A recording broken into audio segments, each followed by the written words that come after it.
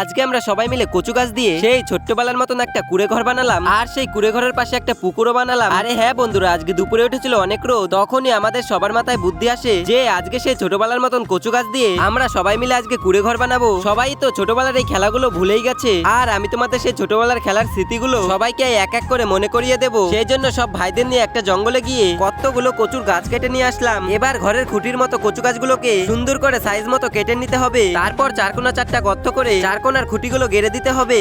আর এদিকে পেরেক বানানোর জন্য আমরা শলা ব্যবহার করেছি। আর দেখো, আমরা তো ছোটবেলায় এরকম অনেক খেলেছি, আর আমরা তো এখন বড় হয়েও এগুলো খেলি। আর খেলাটা সোশ্যাল মিডিয়ার মাধ্যমে তোমাদের সামনে কিন্তু ভিডিওর মাধ্যমে তুলে ধরি। দেখো, আমাদের ঘরের পুরো ফ্রেম বানানো হয়ে যাওয়ার পর এখন আরো ছোট ছোট চিকন চিকন কচু গাছ কেটে নিয়ে তোমার মতো এরকম একটা সাইজ করে সাজিয়ে নিয়ে এর ভিতর দিয়ে লম্বা লম্বা শলাগুলো ঢুকিয়ে দিতে হবে। ঠিক এরকম করে দুই তিনটা শলা এর ভিতর দিয়ে ঢুকিয়ে দিব, যাতে বেড়াগুলো অনেকটাই শক্ত হয়। দেখো, এরকম করে বেড়া বানিয়ে আমরা এক এক করে চারদিকে দেখো লাগিয়ে দিলাম। আমরা কিন্তু ঘরের সামনে একটা পুকুর বানাবো, যাতে আমাদের ঘরটা দেখতে আরো সৌন্দর্য বাড়ে। এই জন্য আমরা একটু গর্ত করে নিয়ে এবার পুকুরের চার সাইডে একটু বেড়া দিয়ে দিলাম। আর দেখো, এখন ঘরের উপরে চালগুলোও দিয়ে দিলাম। আর এই ভিডিওতে আমি তোমাদের কাউকে কিন্তু একবারও মোটেও সাবস্ক্রাইব করতে বলবো না। আজকে দেখবো কে কে না বলতেই মন থেকে চ্যানেলটা সাবস্ক্রাইব করে কমেন্টে বলে যাও যে তোমাদের কিসের বাড়ি। তারপর দেখো, কেরি ব্যাগে করে একটু জল নিয়ে এসে পুকুরে ঢেলে দিয়ে কচু গাছ দিয়ে পদ্ম পাতা বানিয়ে আর কয়টা শ্যাওলা দিয়ে দিলাম।